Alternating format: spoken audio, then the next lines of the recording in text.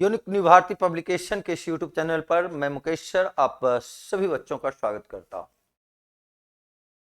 DElEd examination जिसकी परीक्षाएं 2022 से स्टार्ट हुई हैं, उसके पहले तो अंकों के आधार पर आप इस कोर्स को कर सकते थे, किसी कॉलेज में एडमिशन ले सकते थे।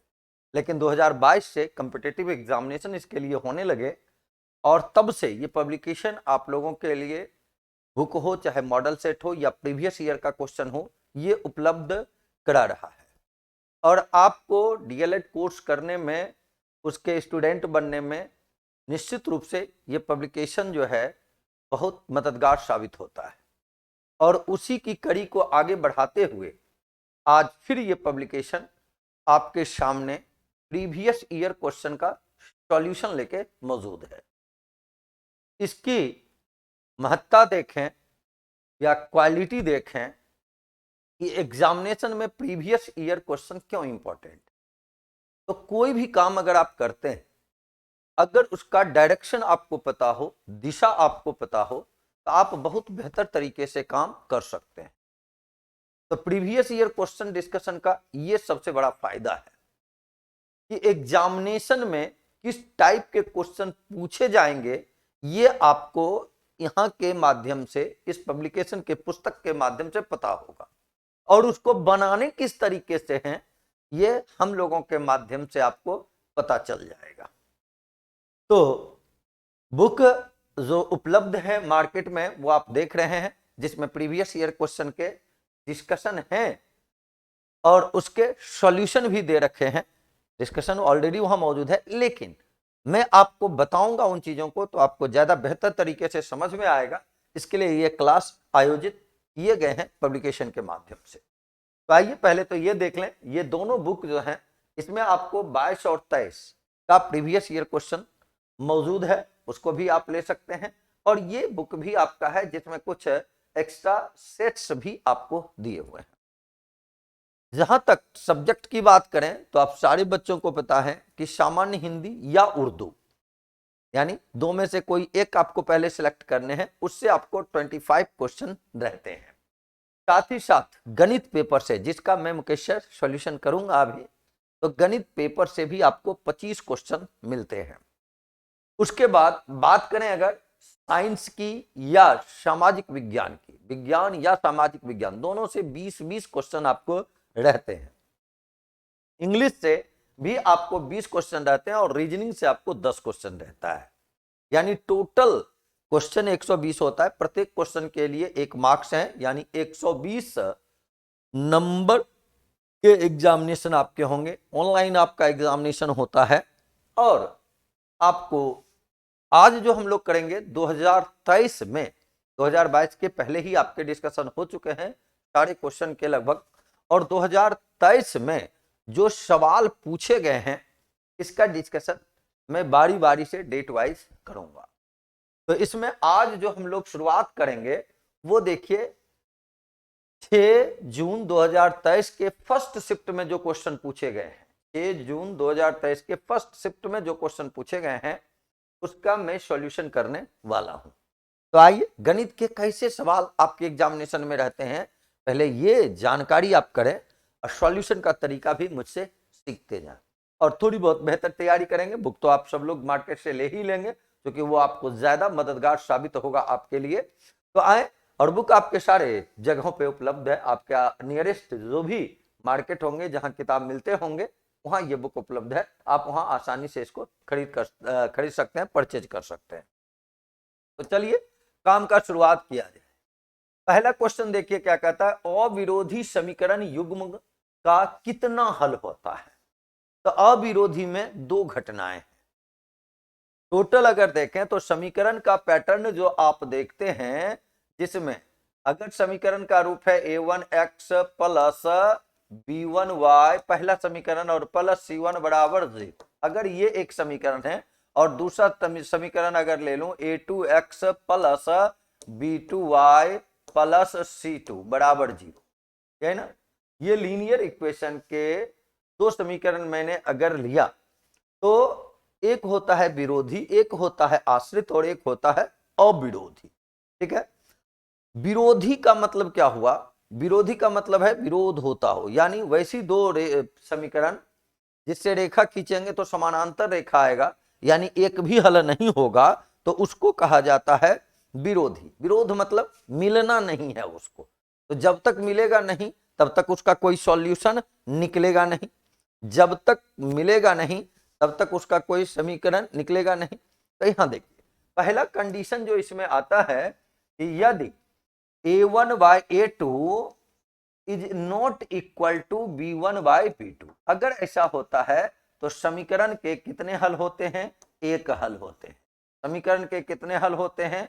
एक हल होते हैं। और इसी युग्म को, इस युग्म को भी क्या कहा जाता है? अविरोधी कहा जाता है।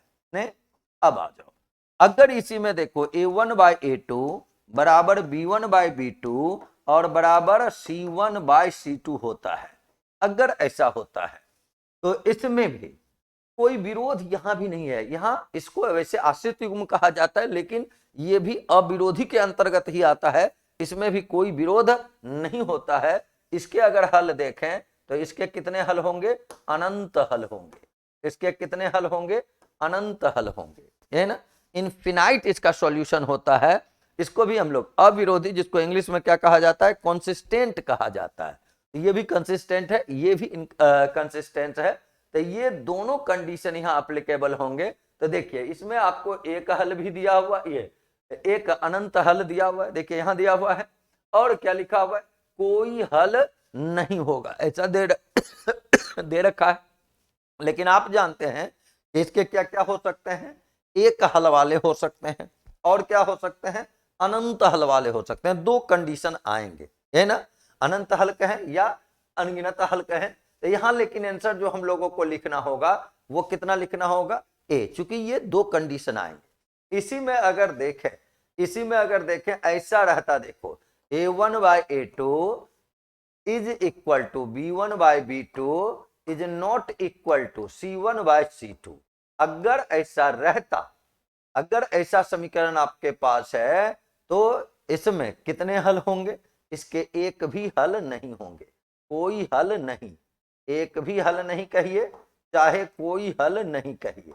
और यही कहलाता है विरोधी युग्म। यहां जो होता है ये क्या होता है बाबू? विरोधी युग्म होता है ना। ये विरोधी युग्म हो गया, इनकंसिस्टेंट हो गया। तो इसके लिए ध्यान देना है। तो आपको आंसर क्या लिखने हैं? इनमें से कोई नहीं, क्योंकि यहां दो कंडीशन है। यहां कितने कंडीशन है? दो कंडीशन है। चलिए आगे अब हम लोग चलते हैं दूसरे क्वेश्चन। कहता है एक साइकिल 500 रुपए के तुरंत भुगतान और एक माह पश्चात 610 रुपए के किस्त पर बेचा जा रहा है। रेट दे रखा है 20%। तो काम आपको इस पे करना है। एक तो तुरंत भुगतान 500 रुपये का कर दिया। एक अगर देखो ये जो किस्त है, वो किस्त के लिए अगर मैं मूलधन x ले लूं तो इस पे ब्याज लगा है कितने महीने तक? 1 महीने तक लगा है। ब्याज का फॉर्मूला क्या होता है बाबू? मूलधन गुना समय। तो समय में क्या लिखना होगा? 1/12। इंटू में क्या करते हैं? 10। तो यहां क्या लिखेंगे? 20 और बटे में कितने कर लेंगे? 100। यही अमाउंट होगा। और ये अमाउंट देखो आपको दे रखा है कितना? 610 रुपया। अब ये बताएं इसको अगर सॉल्व किया जाए तो ये x हो गया प्लस, यहां अगर कैंसिल करेंगे तो 20 से ये देखो 5 बार में कटेगा। तो यहां क्या हो जाएगा? x और बटे में कितने? 60 हो जाएंगे। अब बराबर में क्या दे रखा है? 610 दे रखा है। यहां से अगर इसको कैलकुलेट करेंगे तो देखिए 60 और 1 कितने हो जाएंगे? 61x बटे में 60 बराबर में 610 है। तो बताओ बाबू 61 से ये कटेगा कितने बार में? 10 बार में। यानी x का जो मान आपने निकाला वो कितना निकाला? 600। यानी जो आप 610 रुपया किस्त के रूप में दिए थे उसका ओरिजिनल जो प्राइस था वो कितना था? 600। अब अगर यहां देखें टोटल भुगतान, नगद मूल्य क्या पूछा गया है? साइकिल का नगद मूल्य ज्ञात करें। तो नगद तो हम अभी भी दे रहे थे, देखो कितना? 500। और बोलो ये जिसके लिए मैंने किस्त दे रहा था 610, अगर मैं नगद देता उसको तो कितना देता? 600 देता। तो बताएं टोटल जो उसका नगद वैल्यू हुआ 1100 रुपया। कहां लिखा हुआ है? देखो ऑप्शन नंबर बी में। तो आंसर क्या होंगे? 1100 रुपए। किस्त वाले भी एक क्वेश्चन आपको हमेशा पूछे ही जाते हैं, हमेशा पूछे ही जाते हैं। ये भी ध्यान में रखनी है। चलिए आगे बढ़ें और अब हम लोग देखते हैं ये 23 नंबर क्वेश्चन। 23 नंबर क्वेश्चन देखो क्या कहा जा रहा है। इसमें आपको दिया जा रहा है कि कोई एक पॉइंट है जो y अक्ष पर है। तो सीखने वाली चीजें तो यही है, y अक्ष पर जब भी कोई पॉइंट रहेगा, जब भी कोई बिंदु रहेगा, तो हमेशा उसका x कोऑर्डिनेट जो होगा वो क्या होगा, 0 होगा। समझने के लिए अगर देखें, यहां से मान लो यहां कोई पॉइंट था और यहां इसके x कोऑर्डिनेट क्या हो जाएंगे 0, y कोऑर्डिनेट को आपने y ले लिया। अब यहां कोई पॉइंट है देखो a, इसका कोऑर्डिनेट दे रखा है कितना, 6 और 5। दूसरा कोई अगर देखें, मान लो इसमें कोई बिंदु है यहाँ b और इसमें क्या लिखा हुआ है -4 और 3, यही ना कोऑर्डिनेट। अब आ जाओ समदूरस्थ। समदूरस्थ किसको कहते हैं, समान दूरी पर जो रहता है उसको समदूरस्थ कहा जाता है, जिसको इंग्लिश में इक्वी डिस्टेंस बोलते हैं, है ना। तो समान दूरी के लिए मतलब डिस्टेंस सेम होना चाहिए, तो डिस्टेंस का फॉर्मूला लगा लेंगे। तो डिस्टेंस का फॉर्मूला क्या है बोलो बाबू, अगर इसके डिस्टेंस हम लोग निकालें तो बताइए, यहां मान लो कोई पॉइंट ओ रख लिया, तो ओ ए का अगर डिस्टेंस निकालते तो इसके लिए क्या करते, 6 माइनस 0 का होल स्क्वायर। तो 6 माइनस 0 क्या हो जाएंगे, 6 स्क्वायर प्लस, उसके बाद बताए क्या लिखेंगे हम लोग, यहां से 5 माइनस वाई के होल स्क्वायर, अंडर रूट भी कर लेने, इन हो जाते हैं अंडर रूट, हो गया। ये किसका लेंथ निकाला आपने, ओ ए का। उसी प्रकार ओ बी का अगर निकालते आप तब क्या लिख लेते, -4 माइनस 0, तो केवल -4 कर लो, 0 को तो जोड़ें या घटाएं कोई फर्क पड़ता नहीं है, तो -4 के स्क्वायर हो गए। फिर प्लस में बताए क्या लिखने हैं, 3 माइनस वाई के होल स्क्वायर अंडर रूट। ये देखो यहां क्या कर देना, बराबर, समान दूरी हो गया, दोनों का दूरी निकाले बराबर कर दी। अब दोनों ओर रूट है तो स्क्वायरिंग बोथ साइड करेंगे तो रूट गायब हो जाएगा। अब यहां से कर लो बाबू, ये कितने हो गए 36 प्लस यहां क्या आ जाएंगे 25 plus Y square minus 10 Y, यहां क्या हो जाएंगे 16। अब प्लस 3 का स्क्वायर कितना 9 प्लस वाई स्क्वायर और माइनस में क्या हो जाएंगे 6 वाई, ये ना स्क्वायरिंग बोथ साइड कर लिए तो रूट हट गया। और उसके बाद यहाँ फॉर्मूला लगा लिए माइनस बी के होल स्क्वायर वाला। अब देखो बाबू 16 और 9 25 से ये 25 कट जाएगा, वाई स्क्वायर से वाई स्क्वायर कट गया। अब बोलिए ये 10y को इधर कर दें तो प्लस हो जाएंगे तो क्या मिलेंगे 4y। अब 4y बराबर 36 हो गया, तो y बराबर कितने हो गए 9 हो गए। तो आंसर जो लिखेंगे देखो ये 0 और y के बदले क्या लिखे 9, यानी उस बिंदु का कोऑर्डिनेट जो है, निर्देशांक जो है वो कितना होगा 0 और 9 होगा। और ये कहाँ लिखा हुआ है, ऑप्शन नंबर बी में। क्लियर है, समझ रहे हैं सारे बच्चे। कितना आसान सवाल आपके एग्जाम में पूछता है, बस इसको थोड़े से ध्यान से देखने की आवश्यकताएं हैं। चलिए अगले क्वेश्चन की तरफ हम लोग मूव करते हैं। अगला क्वेश्चन क्या कहा जा रहा है, ये देखो बाबू 24 नंबर वाला कहता है यदि किसी बहुपद है एक X square plus X minus B के शून्य एक दूसरे के व्युत्क्रम हो तो b का मान निकालना है कि b का मान क्या हो जाएगा। अब मान लो शून्य क्या नहीं रूट हुआ, एक रूट को अगर अल्फा ले लिया तो दूसरे के बारे में क्या कहा, ये 1/अल्फा, इन हो जाएगा 1/अल्फा, जिसको आप बीटा भी लेते हो। अब ये आप जानते हो फॉर्मूला यहां से कि अल्फा इंटू बीटा मूलों का गुणनफल जिसको कहते हैं, तो इसके लिए फॉर्मूला क्या आता है -c/, ये तो याद है ना, c/, मूलों का गुणनफल अगर देखा जाए तो क्या फॉर्मूला बन जाता है बाबू, c/a होता है। तो चल यहां से अगर देखें तो मूलों का गुणनफल करेंगे तो अल्फा इंटू 1/अल्फा बराबर में c/a, तो c के बदले क्या लिखने हैं -b लिखने हैं। एक इसको कहते हैं एक्स स्क्वायर का जो गुणांक होता है, कोफिशिएंट होता है, तो यहाँ एक्स स्क्वायर का कोफिशिएंट क्या है 1, तो यहाँ 1 ले लेना है। चलो ये तो अल्फा अल्फा कट जाएगा, तो बोलो बाबू 1 बराबर क्या आएंगे -b/1। इसी से आप चाहें तो b बराबर क्या लिखेंगे -1 लिखेंगे। अब ये सोच लेना है, देखो किसके मान चाहिए था आपको, b का मान, तो आंसर जो लिखेंगे वो कितने लिख लेंगे -1 लिख लेंगे। तो मूलों का गुणनफल, आपको दो फॉर्मूले क्वाड्रेटिक इक्वेशन में आते हैं, मूलों का योगफल वाला, मूलों का गुणनफल वाला। मूलों का गुणनफल क्या होता है सी बाय ए। अब मूलों का योगफल क्या होता है, माइनस बी बाय। दोनों फॉर्मूले का अक्सर जरूरत पड़ेगा, लगभग दिन क्वाड्रेटिक इक्वेशन से सवाल रहते ही रहते हैं, तो इसको आप ध्यान में रखेंगे। चलो आ जाओ अगले क्वेश्चन की ओर चलते हैं हम लोग। अगला क्वेश्चन देखिए क्या कह रहा है, उसको देखा जाए यहां से। चल 25 नंबर क्वेश्चन में आ जाइए। कहता है यदि बिंदु संरेखीय बिंदु को दो टाइप से आप यहां वैल्यू निकाल सकते। एक तो इससे जो ट्रेंगल बनेंगे उसका एरिया क्या होगा, 0 होगा, वहां से काम किया जा सकता है। दूसरा, संरेखीय रेखाएं अगर ये संरेखीय बिंदु हैं तो उसके ढाल जो होंगे वो क्या होंगे, सेम होंगे। ढाल का फॉर्मूला देखो, अगर कोई दो बिंदु है x1 y1 x2 y2, तो ढाल का फॉर्मूला क्या होता है बाबू, y2 माइनस y1 बटे x2 माइनस x1। तो एक बार इस दोनों का कर लेना है, एक बार इस दोनों का कर लेना, दोनों को तो सेम होना है।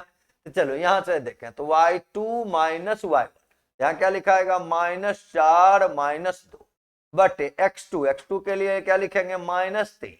अब माइनस में क्या लिखे, x बराबर कर ले। अब इस दोनों पॉइंट में करें तो बोलिए -5, यहाँ -4 है तो माइनस माइनस क्या हो जाएंगे, प्लस हो जाएंगे। नीचे आ जाओ बाबू 7 और माइनस माइनस 3 करेंगे तो माइनस माइनस फिर प्लस हो जाएगा और यहाँ कितने 3 हो जाएंगे। बस इसी को तो सॉल्व कर लेने हैं।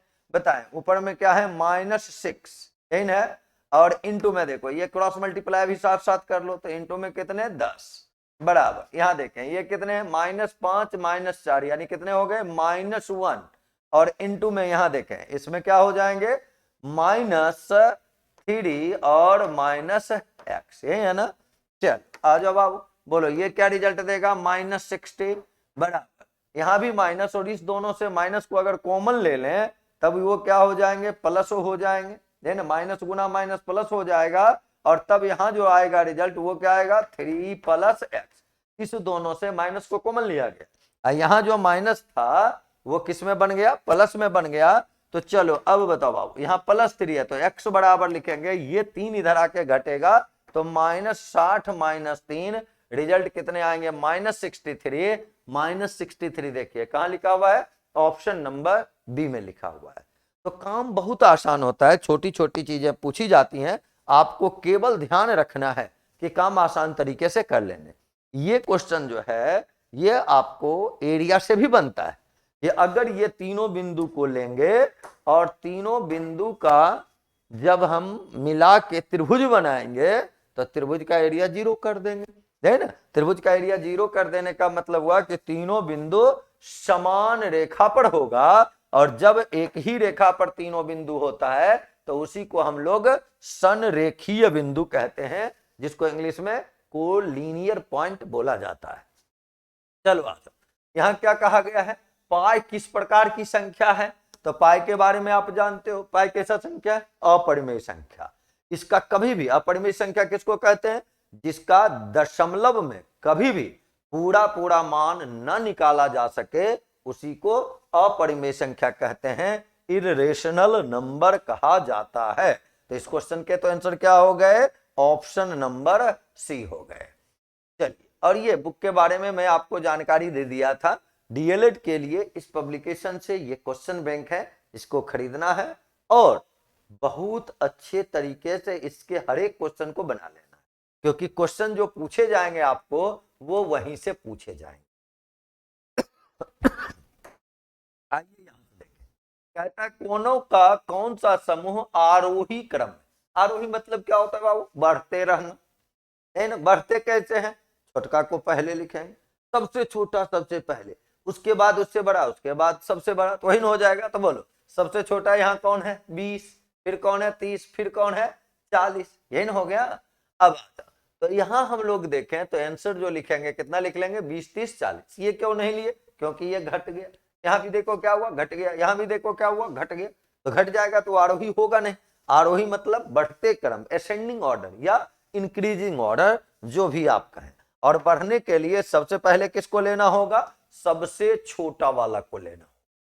अब देखो बाबू यहां क्या क्वेश्चन दे रहा है, इसमें आपको कहा जा रहा है दो सिलेंडर की त्रिज्या का रेशियो, रेडियस का रेशियो है, और किसका रेशियो है, ऊंचाई का रेशियो है। पूछा किसका गया, आयतन का। तो आयतन के अनुपात के लिए आयतन का क्या फॉर्मूला होता है, पाई आर स्क्वायर एच, यही ना, पाई आर स्क्वायर एच। तो ये ध्यान रखोगे कि इसका रेशियो और परसेंटेज से कांस्टेंट टर्म को कोई मतलब नहीं, पाई है कि 4/3 है 9/8 है, कोई मतलब, आपको ये ध्यान रखना है आर स्क्वायर एच। तो चलो आर है 2 तो इसको 2/3 है, इसका स्क्वायर करना है ना, इंटू एच, तो यहाँ क्या करने हैं 5/3 करने हैं, बस सॉल्व कर लीजिए। 2 का स्क्वायर 4, 3 का स्क्वायर 9 और यहाँ कितना है 5/3, तो आंसर जो लिखेंगे क्या लिखेंगे 20:27 लिखेंगे। अब देखो कहाँ है, ऑप्शन नंबर डी में। कितना आसान है, पाई आर स्क्वायर एच। बेलन है, सिलेंडर को ही हम लोग क्या कहते हैं, बेलन कहते हैं नहीं। अब बेलन का आयतन का क्या फॉर्मूला होता है, पाई आर स्क्वायर एच। और ये ध्यान रखना है कि परसेंटेज को और रेशियो को कांस्टेंट टर्म से कोई मतलब नहीं है, इसलिए उसको लेके काम करने का जरूरत नहीं है, काम आसान तरीके से कर लें आप। चलिए इस क्वेश्चन में आते हैं, यहां क्या कहा गया, cos 4a minus sine power में 4a। तो देखो इसको स्क्वायर का स्क्वायर तो लिखा जा सकता है ना, cos स्क्वायर a का square minus sine square a का स्क्वायर, ऐसा तो लिखा जा सकता है ना। a square minus B square के लिए क्या फॉर्मूला हो जाता है, a प्लस बी और इंटू में बोलो बाबू क्या होंगे a माइनस बी। आ जाओ यहाँ प्लस, इसको समझोगे a प्लस बी और इंटू में क्या करेंगे a माइनस बी, यही हो जाएगा a प्लस बी इंटू में a माइनस बी। तो चलिए a प्लस बी करेंगे तो क्या होगा, cos square a plus sign square a into में a माइनस बी करेंगे तब क्या हो जाएगा, cos square a minus sine square a। चलो इसके लिए तो सारे बच्चों को याद है, cos square theta plus sine square theta क्या हो जाता है 1 हो जाता है, और 1 में किसी चीज को मल्टीप्लाई कर लें तो कोई तो फर्क पड़ने वाला है नहीं। तो यहाँ क्या बच गया बताइए, क्या बच गया हमारा कॉस स्क्वायर ए माइनस साइन स्क्वायर ए। अब ये बताओ बाबू, ये जो साइन स्क्वायर ए है इसके लिए आप फिर क्या फॉर्मूला लगा सकते हैं, 1 माइनस कॉस स्क्वायर ए। अगर इस रूप में रहता तो यही आंसर होता, लेकिन आप देख रहे हैं या तो कॉस में या तो साइन में, हम किसी एक में बदल लेते हैं, बाद में वैसा नहीं मिलेगा तो फिर दूसरे में बदल लेंगे। चलो तो अब ये बताओ ये कितने हो गए कॉस स्क्वायर ए, आइए माइनस और माइनस प्लस होगा तो यहाँ क्या आ जाएगा 2 कॉस स्क्वायर ए, और माइनस में कितना 1, देख लो बाबू मिल गया आंसर 2 कॉस स्क्वायर ए माइनस में 1। क्लियर है, कहीं कोई डाउट नहीं, फॉर्मूला बस याद रखना है स्क्वायर माइनस बी स्क्वायर। आइए फॉर्मूला तो याद है, cos square theta plus sine square theta क्या होता है 1 होता है। चलिए अगले क्वेश्चन में हम लोग आ जाते हैं। अब अगला क्वेश्चन देखो क्या कह रहा है, अब 30 नंबर वाला कहता है किस मान के लिए आपको देखना है ax square plus b x plus c बराबर 0 द्विघात समीकरण होगा। तो द्विघात समीकरण में आप क्या जानते हैं, एक्स स्क्वायर का जो कोफिशिएंट है यानी a is not equal to 0 होना चाहिए, a जो है नॉट इक्वल टू 0, अगर 0 हो गया तो फिर वो क्वाड्रेटिक इक्वेशन रहेगा नहीं, तब तो वो लीनियर इक्वेशन बहुपद हो जाएगा। तो आप क्या लिखेंगे बताओ, a के सभी मान किसको छोड़कर, शून्य को छोड़कर। आंसर देखिए लिख लीजिए, a के सभी मान शून्य को छोड़कर अगर आप लेते हैं, क्योंकि शून्य रहने पर फिर वो क्वाड्रेटिक इक्वेशन नहीं आएगा, क्योंकि एक्स स्क्वायर ही समाप्त हो गया, 2 पद वाला जो टर्म है वही समाप्त हो जाएगा। इसीलिए आप क्या लिखेंगे, a को छोड़कर एक के सभी मान किसको छोड़कर, शून्य को छोड़कर अगर लेते हैं तब वही कहला जाते हैं आपको क्वाड्रेटिक इक्वेशन। नहीं थ्योरेटिकल टाइप के ज्यादा सवाल यहाँ देखो दिए गए हैं कि अगर छोटी छोटी चीजें आप जानते हैं तो उसके लिए विशेष काम करना ही नहीं होगा। चलो आ जाओ ये क्वेश्चन में हम लोग आते हैं। इस दोनों में अगर देखा जाए तो बताओ क्या कॉमन ले सकते हैं, √3 जब आप कॉमन लेंगे तो यहाँ कितना होगा 10 डिग्री और प्लस में 20 डिग्री, इन हो जाएंगे। और प्लस में यहाँ क्या लिखा हुआ है बाबू बताओ, ये अलग से आपको दिया हुआ है 10 डिग्री और इंटू में 20 डिग्री। आप यहाँ फॉर्मूला लगा, यहाँ क्या है 10a प्लस 10b का फॉर्मूला है ना। चलो तो फॉर्मूला में बगल में देखो लिख देता हूं, आप ऐसा जानते हैं यहां से कि 10a प्लस b, देखो ऐसे लिखते हैं 10a प्लस बी बराबर क्या होता है 10a प्लस 10b बटे 1 माइनस 10a इंटू 10b हो जाता है, यही ना 10a प्लस 10b और बटे में 1 माइनस 10a इंटू 10b हो जाता है, यही होता है ना। चलो आ जाओ, तब यहां से हम लोग काम करें। तो अगर मान लो यहां हम लोग को 10 20 है तो ऐसा लिखते हैं, तो इसके बदले बताओ क्या क्या हो जाएंगे यहाँ 10 डिग्री प्लस 10 डिग्री, अब बटे में नीचे क्या आएगा 1 माइनस 10 डिग्री इंटू 10 डिग्री, यही आएगा ना। चलो आ गया है फिर इसमें।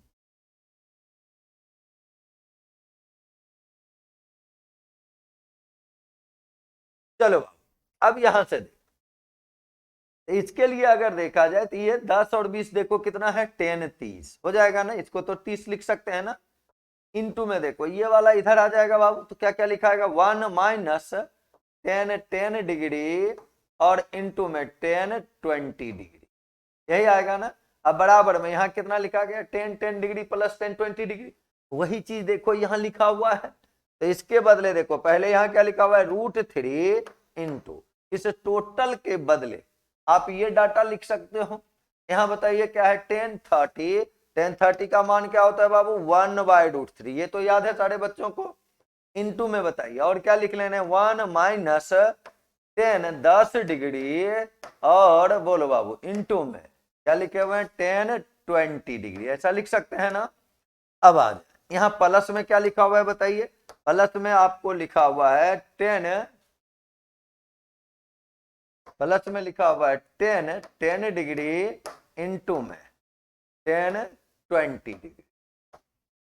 ये बताओ ये √3 क्या हो जाएगा कैंसिल हो जाएगा। अब यहां से देखा जाए तो ये क्या बचा 1 माइनस 10 डिग्री इंटू 20 डिग्री, और प्लस में भी देखो क्या लिखा हुआ है 10 डिग्री इंटू में 20 डिग्री। अब देखें यहां से ये जितना प्लस उतना माइनस, तो ये आपस में कैंसिल हो गया, रिजल्ट बोलो बाबू कितने हो गए 1 हो गए। 1 कहां लिखा हुआ है ऑप्शन नंबर ए में।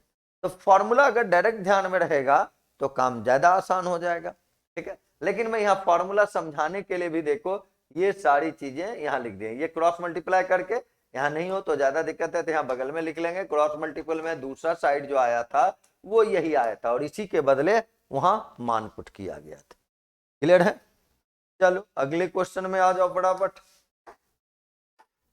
अगला क्वेश्चन देखो क्या कह रहा है, ये देखिए कहता है एक समचतुर्भुज का क्षेत्रफल आपको बतलाना है जिसके विकर्ण की लंबाई दे रखा है। इसके लिए तो फॉर्मूला याद करना है। समचतुर्भुज का क्षेत्रफल क्या होता है 1/2 इंटू विकर्णों के गुणनफल। तो आप डायरेक्ट यहां से लिखें क्षेत्रफल बराबर क्या क्या लिखेंगे 1/2 विकर्णों के गुणनफल। तो विकर्ण कितना कितना है 10, गुना में देखो क्या लिखोगे 8.2 इन हो गया। तो बोलो बाबू 2 से इसको कैंसिल, 10 के कारण पॉइंट गायब हो जाएगा, 2 से कैंसिल करेंगे कितने होंगे 41। तो आंसर हो गया देखो 41 वर्ग सेंटीमीटर। कहानी तो इतना आसान है। केवल फार्मूला मेंसुरेशन के भी लगभग आपको 3 सवाल तो जरूर देते हैं, 3 से 4 सवाल रहते हैं, 3 में तो कोई मनाही नहीं है, वो रहते हैं। जैसे आज भी बेलन का आप एक क्वेश्चन देखे, एक देखो अभी रोम्बस का क्वेश्चन देख रहे हैं, एक आधा और मिल जाएगा। चलो आगे देखें। ये देखो क्या कहता है मोहन एक घर खरीदा है ना, कितने रुपए में 30,000 रुपए में खरीदा। फिर क्या कहता है 25% वार्षिक दर से अवमूल्यन हो रहा है, तो 3 वर्ष बाद घर का कीमत क्या होगा। तो अगर अभी देखो 30,000 है, अवमूल्यन का मतलब क्या होता है कमी होता है, अवमूल्यन मतलब कमी। 25% को अगर फ्रैक्शन बनाओगे बाबू तो 25/100 यानी कितना लिखोगे 1/4। अब डायरेक्ट टेक्निक सीखो, 1/4 है, इसका मतलब क्या हुआ 4 में 1 कम हो जाएगा। तो 4 में अगर 1 कम हो जाएगा तो हो कितना जाएगा, तो 4 में घटा दीजिए 3 हो गया, यानी 3/4। तो बस इसको गुना कर लेने, देखो 3/4 कितने बार 3 वर्ष बाद पूछा तो 3 बार, 1 वर्ष बाद पूछता तो 1 ही बार गुना करते, 2 वर्ष बाद पूछता 2 बार गुना करते, 3 वर्ष बाद पूछा तो 3 बार गुना कर लिए। चलो अब तो केवल यहां आपको कैलकुलेशन करने हैं। चले 4 से इसको काट सकते हो, या 4 गुना 4 16 से इकट्ठे काट लेते हैं। पहले 4 जीरो है तो 16 से तो कटना ही है। 16 से अगर इसको काटेंगे तो देखो पहले कितने बार में, एक बार में 16 हो गए, बचेगा कितना बताओ, 14 बच जाएगा ना बाबू, तो 140 हो जाएगा। अब बताओ अगर 140 हो गए तो 16 से लगाएंगे तो कितने, 8 बार में 16 8 28 से 128, 128 करेंगे तो 12 होगा, फिर ये जीरो डालेंगे तो 120 हो जाएगा। तब यहां से लगाएंगे तो बोलो कितना, 16 से अगर आप फिर देखें तो कितना बार में, 7 बार में लगा सकते हैं 112, तब 8 और 0 80 हो जाएगा, तो ये 5 बार में हो गया ना। अब गुना कर लेने हैं इसको, ये 1875 को किससे, 3 गुना 3 गुना 3, तो चलो पहले इसे 3 से तो गुना कर लो आसानी से, 5 तिहाई 15, रेस्ट 1 हो जाएगा, 21 और 1 22, रेस्ट 2 हो जाएगा, 18 तिहाई 54 और 2 56, इंटू में क्या लिखेंगे 9, अब बटे में 4, 9 से तो गुना आसानी से कर सकते हैं, 9 पचे 45 रेस्ट 4, 18 और 4 22 रेस्ट 2, ये बोलो बाबू 9 छक्के 54 और 2 कितने हो जाएंगे 56, फिर बच गया 5, अब 45 में 5 को जोड़ेंगे तब कितने हो जाएंगे 50, अब बटे में कितने हैं 4। अब भाग लगाइए, सबसे पहले कितना बार में, 1 बार में लगाएंगे, फिर कितना 2 बार में लगाएंगे, यही ना। आ जाओ बच्चों को 48, यहां से आप देख सकते हो कि रिजल्ट तो यही आ जाने हैं, चूंकि पॉइंट में तो आएंगे ना, ऊपर तो 4 से कटेगा नहीं, तब भाग भी पूरा पूरा देने का जरूरत नहीं है, पॉइंट में तो आना ही आना है, 12 मिल ही गया, आंसर वही कर लिए। बताओ क्या हो जाएंगे 12,656.25। वैसे आप भाग दे दें पूरा पूरा, वैसे भी कर सकते हैं, लेकिन परीक्षा में एक एक सेकंड महत्वपूर्ण होता है। अगर आपको दिख रहा है कि आंसर वही होने वाला है तब पूरा उस पर काम करने की कोई आवश्यकता नहीं है। चलो अगले क्वेश्चन में आ जाते हैं। अगला क्वेश्चन देखो क्या कहता है, त्वरण खींचने के लिए वर्ग अंतरालों का कैसा होना चाहिए। त्वरण खींचने के लिए वर्ग अंतराल को कैसा होना चाहिए, तो वर्ग अंतराल हमेशा देखो क्या होता है, समान होता है। त्वरण खींचने के लिए वर्ग अंतराल क्या होने चाहिए, समान होने चाहिए। असमान अगर होता है तो उसको क्या कहा जाता है, अपवर्जी कहा जाता है। समान वर्ग अंतराल जिसका रहता है उसको बोलो किस नाम से जानते हैं बाबू, अपवर्जी के नाम से जानते हैं। तो आंसर क्या हो गया, ऑप्शन नंबर बी। यहां तो विशेष काम ही नहीं है, थ्योरेटिकल सेक्शन है केवल ये। चलो आ जाओ आगे बढ़ते हैं। यहां देखो क्वेश्चन में क्या दे रहा है आपको, कहता है निम्नलिखित में से कौन अभाज्य संख्या, अभाज्य संख्या किसको कहते हैं, जो एक और अपने आप को छोड़कर किसी अन्य संख्या से पूरा पूरा न कटता हो। यानी यहां अगर देखो तो अभाज्य संख्या कौन मिलेगा, ये आपको 23, ये 75, 3 से 5 से 25 से कट रहा है 15, 3 से और 5 से कट रहा है 12, 3 से और 4 से कट रहा है, तो ये सब कभी अभाज्य संख्या होगा ही नहीं। आंसर क्या हो गया बाबू 23। अभाज्य संख्या किसको कहेंगे, एक और अपने आप को छोड़कर किसी अन्य संख्या से पूरा पूरा जब नहीं करता है तो वही क्या कहलाता है, अभाज्य संख्या कहलाता है। चल इस बुक के बारे में मैं बता चुका हूं आपको, सारे बच्चों को खरीद भी लेने हैं, ये भी ध्यान रखने हैं। यहां देखिए इस क्वेश्चन में क्या कहा जा रहा है, 36 नंबर का क्वेश्चन। आपके बुक में भी ये क्वेश्चन 36 नंबर में ही है, इसीलिए 36 से आए। एग्जामिनेशन में भी ये क्वेश्चन 36 नंबर पे पूछे गए होंगे, इसीलिए वही नंबर को फॉलो किया जा रहा है। ये नहीं सोचिएगा कि सर जो है बताना शुरू किए तो 1 के जगह 21 लिखा हुआ था। वो 21 क्यों लिखा हुआ था, क्योंकि 20 के बाद आपका 21 था। इसके लिए ऐसी काम, ऐसे नंबर से यहां दिए गए। माध्यक दे रखा है, बहुलक दे रखा है, और क्या पूछा है, माध्य। इसके लिए बाबू एक फॉर्मूला, सब लोग ये फॉर्मूला जरूर रट लेंगे, लगभग एग्जाम में लगभग डे ये क्वेश्चन पूछे गए हैं। बहुलक बराबर क्या हो जाता है, 3 गुना माध्य का और माइनस में 2 गुना माध्य। ये फॉर्मूला माध्य माध्यिका और बहुलक के रिलेशन वाले ये फॉर्मूला, इसको याद रखना। अब देखो कौन कौन सा मान दिया हुआ है, बहुलक कितना 29 लिख लेते हैं, 29 बराबर माध्यक कहिए या माध्यिका, तो 3 और गुना में कितना 26 माइनस में 2 गुना माध्य हो जाएगा। अब जब आप माध्य निकालोगे यहां से तो बताओ बाबू, माध्य के लिए क्या करने, 26 गुना 3 कितने 78 हो जाएंगे। ये 29 इधर है तो इधर आके देखो माइनस में हो जाएगा, ये जो गुना 2 था ये भागा में हो जाएगा। 18 में 9 घटाएंगे तो 9 हो जाएगा, 6 में 2 घटाएंगे तो 4 हो जाएगा। बताओ 49/2 को आप क्या लिखोगे 24.5, और यहाँ क्या दे रखा है, ऑप्शन नंबर डी में दे रखा है।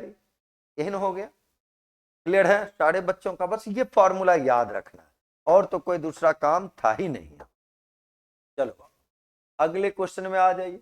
क्या पूछ रहा है, देखो किसी त्रिभुज में कम से कम कितना न्यून कोण होगा।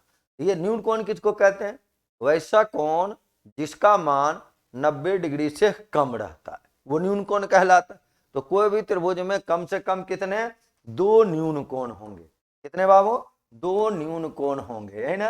आंसर क्या लिखोगे, 2। कम से कम कहा इसलिए, कम से कम कहेगा तब, लेकिन यही अगर रहता अधिक से अधिक, क्या लिखता, अधिक से अधिक, तो अधिक से अधिक कितने न्यून कोण होंगे, 3 न्यून कोण। तीनों कोना जो है त्रिभुज का अगर 90 डिग्री से कम हुआ, जैसे समबाहु त्रिभुज लेते तीनों कोना कम होता है, सब 60-60 का होता है, तो वो न्यून कोण हुआ। तो तब आंसर हम लोग क्या लिख लेते हैं, 3। अधिक से अधिक कितने होंगे, 3, और कम से कम में क्या लिखेंगे, 2।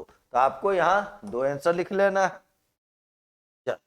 आ जाए, बस थोड़ी सी जानकारी चाहिए, सिस्टमेटिक वे में पढ़ाई करते रहेंगे तो वहीं से आपका काम होता रहेगा, विशेष कोई काम यहाँ है ही नहीं। चल अब इसके लिए देखो क्या कहा, समीकरण के हल -2 2 0 0 2 -2 हो तो रैखिक समीकरण का रूप क्या होगा।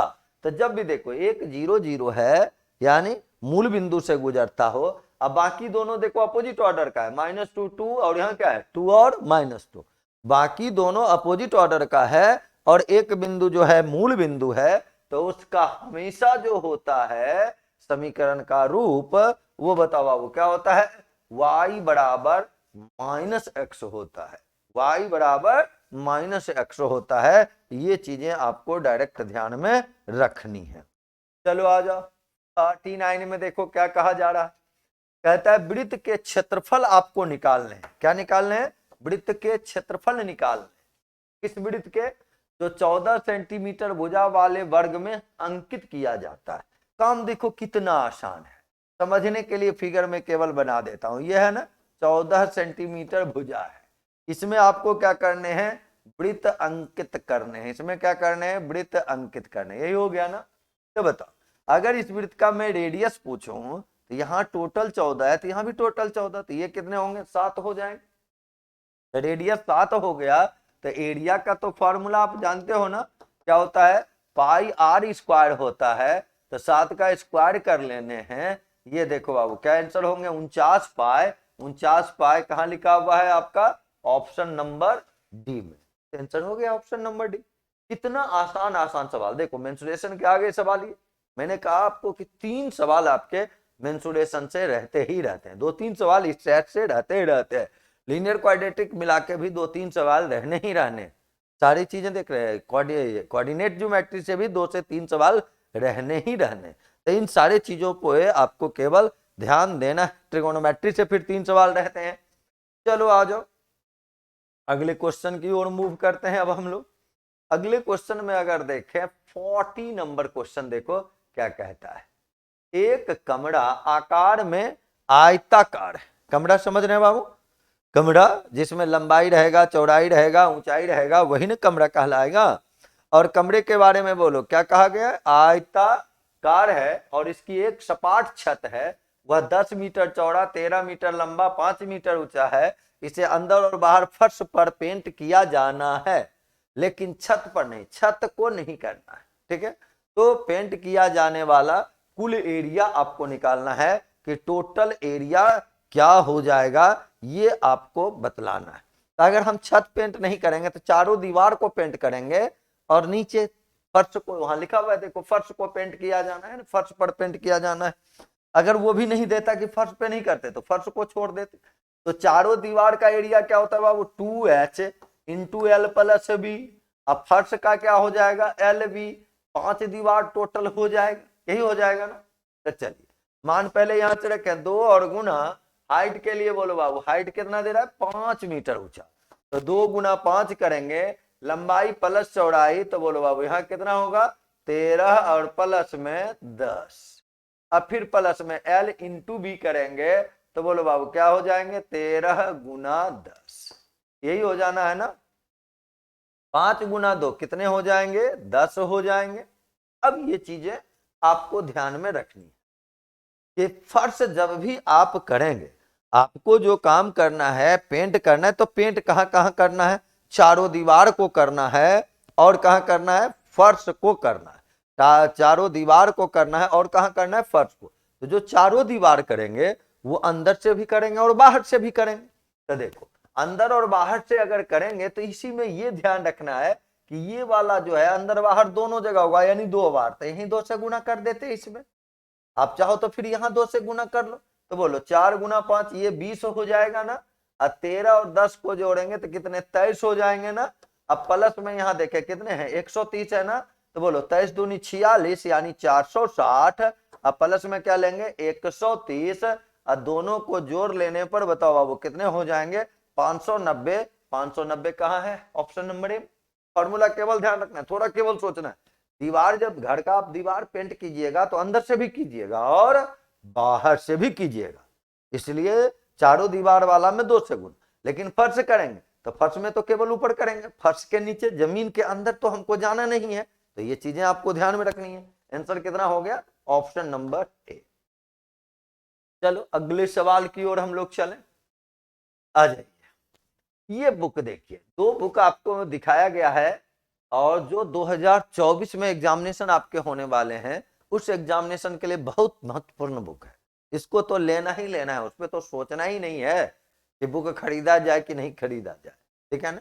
जितने बुक के कीमत होते हैं उतने तो 2-4 दिन में समोसे आप खा जाते हैं, इसलिए बुक कभी भी कोई भी किताब, केवल मैं इस किताब की बात नहीं कर रहा हूं, ये तो आपको खरीद ही लेने, लेकिन कभी भी जीवन में किसी बुक को खरीदने की इच्छा हो तो उसको खरीद लेना है, बुक फायदा ही बच्चों को देता है, इसीलिए ये बुक तो आप खरीद ही लेंगे। और कहाँ मिलेगा वो मैं शुरुआत में बताया कि आपके नियरेस्ट जो भी दुकान होंगे किताब वाले उन सारे प्लेस पे ही आपको मिल जाने। चलो आ जाओ अगले क्वेश्चन में चले।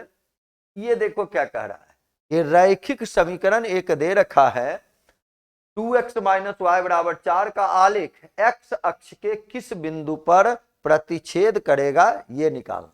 तो x अक्ष पर कोई भी बिंदु अगर लेंगे तो उसका y कोऑर्डिनेट 0 होगा, उसके y कोऑर्डिनेट क्या होंगे 0 होंगे, बस यही तो काम है। तो ये देखो y कोऑर्डिनेट अगर 0 कर लें तो यहाँ y के बदले 0 लिख लीजिए, केवल इतना ही तो है, y के बदले क्या लिख दिया 0, अब बराबर में तो 4 दे रहा था, तो बोलो 2x बराबर अगर किया जाएगा तो 4 है, तो x के मान बोलो बाबू क्या हो गए 2 हो गए, है ना। तो कोऑर्डिनेट क्या लिखेंगे x के बदले 2, पहले x कोऑर्डिनेट लिखा जाता है बाद में y कोऑर्डिनेट, तो बोलो आंसर क्या हो जाएंगे 2 0, और 2 0 किस ऑप्शन में है ऑप्शन नंबर सी में लिखा हुआ है। क्लियर है, समझ रहे हैं, बस छोटी छोटी चीजें ही देखो आप लोगों को पूछी जाती हैं और इसी पे आपको फोकस करने हैं। चलिए अगले क्वेश्चन की ओर चले हम लोग। अगला क्वेश्चन देखो कहता है किसी वितरण का, देखो माध्य माध्यिका बहुलक वाला आगे बताए, मैं आपको बताया कि स्टैट से आपके 3 से 4 सवाल रहते हैं, 2 तो देखो माध्य माध्यिका बहुलक वाला आ गया, फिर एक तोरण वाला भी आया हुआ था, नहीं 3 से 4 सवाल दिया जाता है। तो ये बताओ अभी बताए थे आपको फॉर्मूला, फिर से मैं फॉर्मूला लिख दूं, बहुलक बराबर क्या हो जाता है बाबू 3 गुना माध्यिका, 3 गुना माध्यिका माइनस 2 गुना माध्य, माइनस 2 गुना माध्य। अब बहुलक कितना, माध्यक कितना दे रहा है 24 और बहुलक कितना है 12, तो यहाँ 12 लिख लेंगे ना। और बोलो बाबू यहाँ वितरण का माध्यम, माध्यम नहीं तब ये माध्य होगा, इसको माध्यम हटा दोगे बाबू, इसको डिलीट कर देना, ये ऐसे पढ़ोगे माध्य तथा बहुलक, क्योंकि माध्यक पूछा जा रहा है यानी वो माध्य दे रहा है।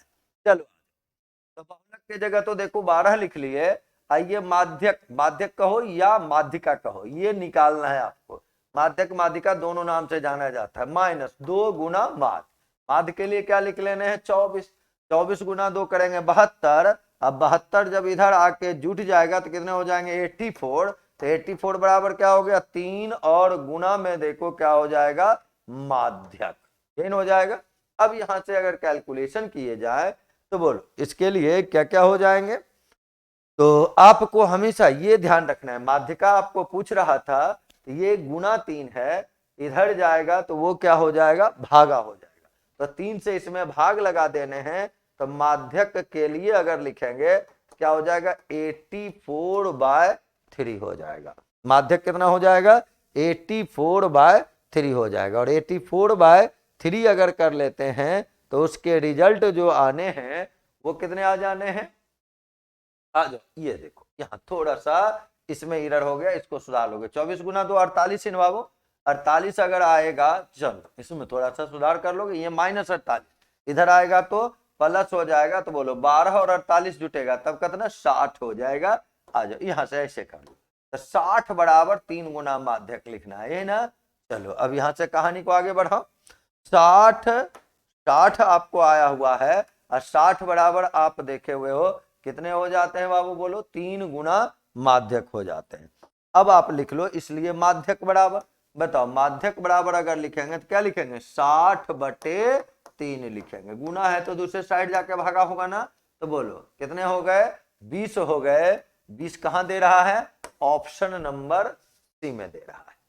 तो ये फॉर्मूला जरूर रखना है। 2 क्वेश्चन तो देखो आज आपने देखे एक सीटिंग में, 6 जून को जो पूछे गए थे सवाल उसमें केवल 2 क्वेश्चन इस पे आधारित थे। नहीं, कौन सा फॉर्मूला है, बहुलक बराबर 3 गुना माध्यिका -2 गुना माध्य है।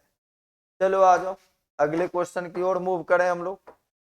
अगला क्वेश्चन देखो क्या कह रहा है, एक बहुपद में क्या जोड़ा जाए ताकि परिणामी बहुपद का एक शून्यक 3 हो।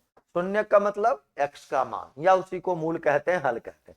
हम लोग मान लिए कि इस बहुपद में यानी x² - 5x + 4 में कोई दूसरा वैल्यू सपोज करो कह लिए m जोड़ लो, और जैसे ही ये जोड़ेंगे तो इसका जो रिजल्ट आना है वो क्या आ जाना है 0 आ जाना है, शून्यक 0 हो गया। अब आ जाओ, तो शून्यक का मतलब ये देखो एक शून्यक 3 दे रहा था, तो यहाँ 3 रख लेते हैं, x बराबर क्या रख लेना है हमको 3 रख लेना है, तो बोलो 3 का स्क्वायर 9 -5 गुना 3 करोगे 15, अब प्लस में क्या लिखोगे 4, अब प्लस में यहाँ क्या कर लिए m, और बराबर में बोलो कितने हो जाएंगे 0, यही कर लेना है, कितने हो जाने हैं 0 हो जाने। एक शून्यक आपको कह रहा है 3, शून्यक का मतलब क्या होता है x का मान, शून्यक का मतलब क्या हो जाएगा x का मान। अब चलो इसके लिए देखो x² था, तो x² है तो 3 का स्क्वायर आपने ले लिया, तो वो कितने हो गए 9 हो गए। अब यहां से जो 9 और 4 13, 13 - 15 क्या होंगे -2 प्लस m बराबर 0 अगर है तो बोलो बाबू m के मान क्या निकल जाएंगे 2 निकल जाएंगे, तो जोड़ी जाने वाली संख्या को ही आपने m माना था ना, तो उसके लिए क्या रिजल्ट लिखेंगे 2 लिख ले, कहीं कोई समस्या नहीं, समझ रहे हैं फटाफट आप लोग। चलें अगले क्वेश्चन की ओर आ जाएंगे। अब हम लोग चलते हैं 44 नंबर क्वेश्चन की ओर। 44 नंबर क्वेश्चन देखो क्या कहता है, इसको अब गौर से देखो। ये देखिए क्वेश्चन में कहा जा रहा है आपको 0.1211 इसको गौर से केवल देखना है। यहाँ 1 है फिर 2 है, यहाँ 2 बार 1 है 1 बार 2, यहाँ 3 बार 1 है 1 बार 2, यानी आप ऐसा देखो कि अगर ये रिपीट करता बार बार रिपीट होता तब तो ये परिमेय संख्या हो जाता जिसको आप रेकरिंग में लिखते हो, लेकिन यहाँ कभी 1 बार है, कभी 2 बार है, कभी 3 बार है, कभी 4 बार है, कभी 5 बार है, और 2 मात्र 1 बार सबके अंदर दे रहा है, इसका मतलब वो बदलते रहता है। तो इसको क्या बोला जाता है, इसको अशांत दशमलव बोला जाता है, और ये जब भी रिजल्ट देता है ये अशांत दशमलव भी है और अनावर्ती भी है। अनावर्ती किसको कहते हैं, जिसका रिपीटेशन न होता हो। तो अगर वैसी संख्याएं हैं तो वो सारा संख्या क्या कहलाता है, अपरिमेय कहलाता है। तो आंसर जो लिखेंगे वो क्या लिखेंगे, अपरिमेय संख्या। चल अगले क्वेश्चन में आ जाओ। यहां क्या कहा जा रहा है, sine alpha plus sign beta बराबर दे रखा है देखो 2, इसका मतलब क्या हुआ, ये आपको पता है कि साइन के मान या कॉस के मान, दोनों में साइन या कॉस का मान कभी भी 1 से ज्यादा हो ही नहीं सकता। तो अगर इसके मान 2 दे रखे हैं यानी ये साइन अल्फा भी 1 है और साइन बीटा भी 1 है। अब ये सोचो कि अगर साइन अल्फा हम 1 ले लेंगे तो 1 कितना डिग्री का मान होता है बोलो बाबू? साइन होता है साइन 90 डिग्री का मान 1 होता है, यानी अल्फा बराबर कितना निकल गया 90 डिग्री। उसी प्रकार अगर बीटा भी हम लिखेंगे तो बीटा भी कितना हो जाएगा 90 डिग्री। अब आ जाओ, यानी अल्फा और बीटा दोनों जो है 90-90। आपको किसका मान पूछा गया? Cos square alpha. तो कॉस स्क्वायर अल्फा के बदले कॉस स्क्वायर 90 प्लस बीटा के लिए भी देखो 90 ही लेना है। और कॉस 90 का मान 0 और 0 पर स्क्वायर करो क्यूब करो का चाहे पावर में कुछ भी कर दो तो बोलो बाबू वो तो 0 ही होना है ना। और 0 को कितना बार भी जोड़ो तो 0 हो जाएगा। आंसर जो लिखेंगे देखो कितने लिखेंगे? Option number B. क्लियर है? तो इस रूप से आज हम लोगों ने देखा ये आपके टोटल सवाल। शुरुआत में मैंने बताया था कि गणित से आपके टोटल 25 सवाल पूछे जाते हैं और 25 नंबर भी उसके लिए दिए जाते हैं। एक क्वेश्चन के लिए 1 मार्क्स होता है, निगेटिव मार्किंग है नहीं और सारे आसान सवाल रहते हैं। तो थोड़े ढंग से अगर आप एग्जामिनेशन देते हैं, थोड़ी सी तैयारी कर लेते हैं और उस तैयारी में ये बुक का सॉल्यूशन आपको बहुत मददगार करेगा, ताकि आपको ये पता रहेगा कि किस स्टैंडर्ड के क्वेश्चन पूछे जाते हैं, तो आपके लिए काम करना तैयारी करना ज्यादा आसान होगा। तो आप प्रीवियस ईयर क्वेश्चन का डिस्कशन इसी रूप से देखते रहें, सुनते रहें, बुक को देख ले, उसमें भी सॉल्यूशन बने हुए हैं, वहां से भी आपको मदद मिल सकती है अगर किसी क्वेश्चन को समझने में परेशानियां हुई हो। हम लोग बारी बारी से इसी रूप से सारे दिन के जितने भी बुक में आपके क्वेश्चन दिए गए हैं सबके सॉल्यूशन आपको मिले।